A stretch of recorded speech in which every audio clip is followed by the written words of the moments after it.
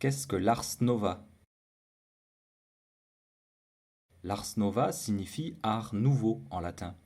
Le terme est dû à Philippe de Vitry, qui désigna par art nouveau la musique pratiquée à son époque, le début du XIVe siècle. L'ars nova, développant la polyphonie après l'ars antica, se caractérise par une écriture plus complexe et par des recherches rythmiques. Ce fut une période très importante dans l'histoire de la musique, tant à cause de ses innovations que de ses expériences. On peut citer comme innovation le motet isorhythmique, la notation de la mesure, la fixation des formes. Les expériences, quant à elles, sont l'indépendance des parties mélodiques, la polyrythmie, le chromatisme. L'ars nova permit à l'école franco-flamande de conduire par la suite l'art polyphonique à son apogée. En Italie, l'ars nova fut moins porté aux élaborations abstraites et savantes qu'en France. Le compositeur italien Jacopo da Bologna indiquait déjà que con soave dolce melodia si fa bel canto, c'est-à-dire qu'avec des belles mélodies douces et suaves, on fait du beau chant. Il en fut un des maîtres avec Giovanni da Caccia et Francesco Landini. Cette école devra s'incliner, à la fin du XIVe siècle, devant l'école franco-flamande. Le XIVe siècle fut une période critique.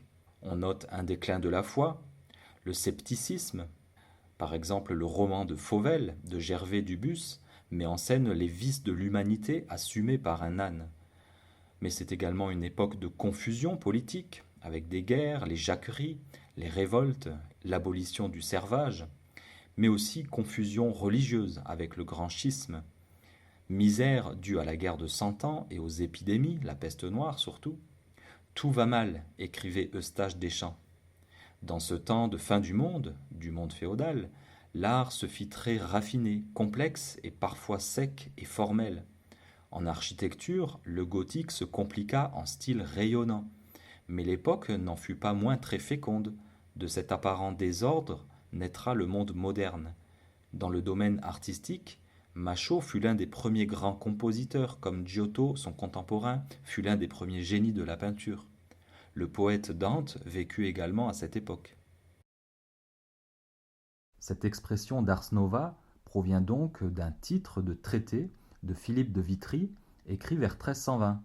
Ce traité s'intéresse tout particulièrement au rythme, mais aussi à la musica ficta. Et finalement, on va reprendre cette expression ars nova pour qualifier tous les aspects de la musique, pas seulement le rythme et la musica ficta, et cela à partir de 1316, c'est-à-dire à partir du roman de Fauvel exclu, jusqu'à 1377, la mort de Guillaume de Machaut. Cette ars nova est un peu comme la prima pratica et la seconda pratica à l'époque baroque, c'est-à-dire que cette ars nova aura des défenseurs et des détracteurs. Il y a des gens au XIVe siècle, en particulier des théoriciens, qui vont être attachés à la tradition, c'est-à-dire à l'ars antica, et d'autres sont pour la modernité. Tous reconnaissent bel et bien l'émergence d'un nouveau style, marqué par la finesse et la subtilité rythmique.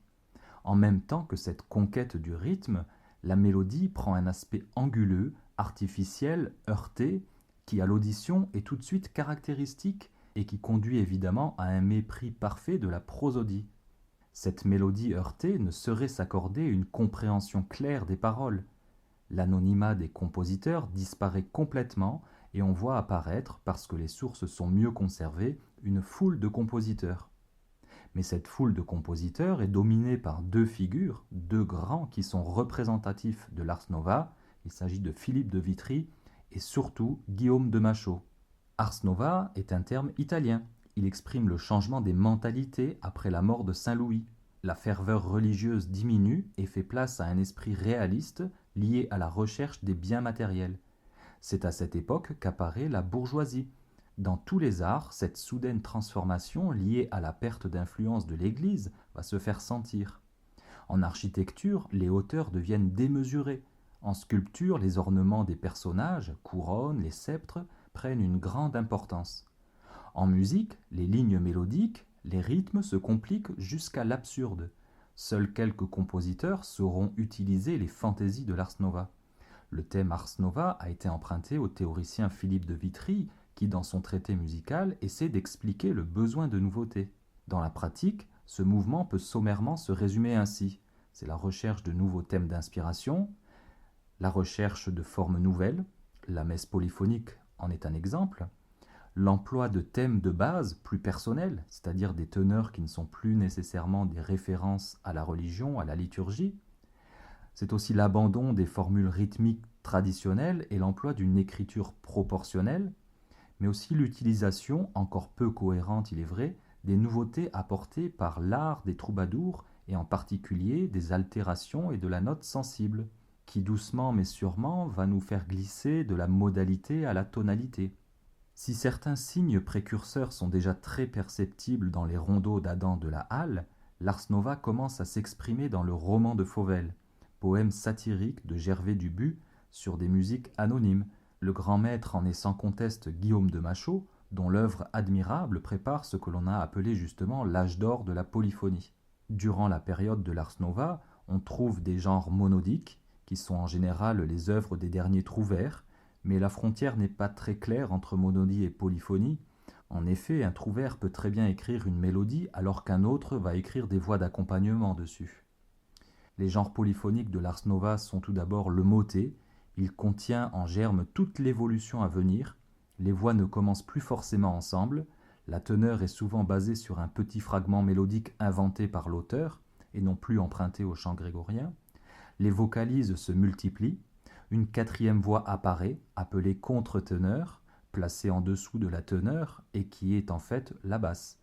Il y a une tendance à utiliser les mêmes paroles pour toutes les voix. Presque toujours, les voix supérieures sont chantées alors que les deux voix graves sont confiées à des instruments.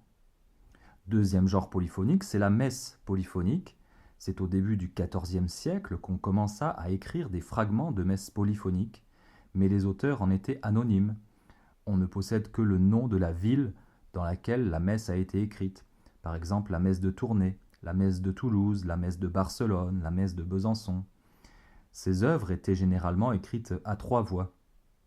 La messe Notre-Dame de Guillaume de Machaut est la première messe écrite à 4 voix par un seul auteur. Il semble qu'elle ait été composée en 1365, peut-être pour le sacre de Charles V. Dans cette messe, on distingue 2 types d'écriture, le style du motet avec vocalise et teneur empruntée au chant grégorien. Ce sont des textes connus, le Kyrie, Sanctus, Agnus Dei, mais aussi le style du conduit de caractère syllabique. Ce sont les textes longs, comme le Gloria et le Credo. Ça permet de faire passer les textes longs beaucoup plus rapidement. Et enfin, le troisième genre polyphonique de l'Ars Nova, c'est la chanson polyphonique. À la suite des rondeaux de Adam de la Halle, la chanson polyphonique va véritablement prendre son essor au XIVe siècle, pendant l'Ars Nova. La chanson polyphonique de l'Ars Nova s'élabore à partir des formes de la chanson monodique, c'est-à-dire le rondeau, la ballade et le virlet. Du point de vue du style, la chanson emprunte des éléments au motet et au conduit. Il y a donc un jeu d'influences très différentes, la musique monodique, les motets, les conduits. Tout cela aboutit au résultat suivant, c'est que la chanson de l'Ars Nova comporte le plus souvent 3 voix. La voix écrite en premier est le superius, c'est-à-dire la voix supérieure qui est en général animée. Elle porte le texte et c'est cette voix qui est déterminée par la forme fixe du texte. Ténor et contraténor forment un duo indissociable servant de soutien mélodique au superius. C'est bien un soutien mélodique et pas harmonique. Le ténor est écrit en second lieu, le contraténor ensuite. Le contraténor est alors une voix de remplissage mélodique entre le ténor et le superius. On ne peut pas dire que c'est une voix de remplissage harmonique, c'est plutôt une voix qui complète les consonances parfaites ou imparfaites et qui en ce sens serait quasiment inchantable parce qu'elle est très disjointe. Écoutons un exemple musical arsnoviste. Il s'agit du rondeau intitulé 10 et 7, 5 de Guillaume de Machaut. Le rondeau comporte en général 8 vers.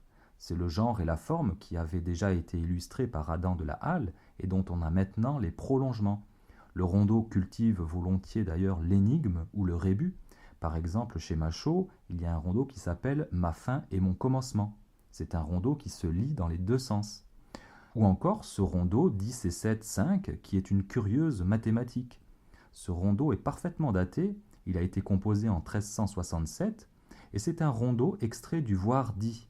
Son poème Le Voirdi est autobiographique selon certains auteurs. il relate une histoire d'amour tardive pour une jeune femme de 19 ans. C'est une énigme qui se résout de la manière suivante. 17, 5, 13, 14, 15. Ces 5 nombres donnent en prenant dans l'alphabet les lettres R, E, N, O, P, ce qui donne en les remettant dans l'ordre et en doublant certaines, Péronne. Péronne, c'est le prénom de cette jeune fille bien-aimée de 19 ans. C'est quelque chose de tout à fait classique de ce type de littérature. Le nom de la bien-aimée est caché dans la poésie.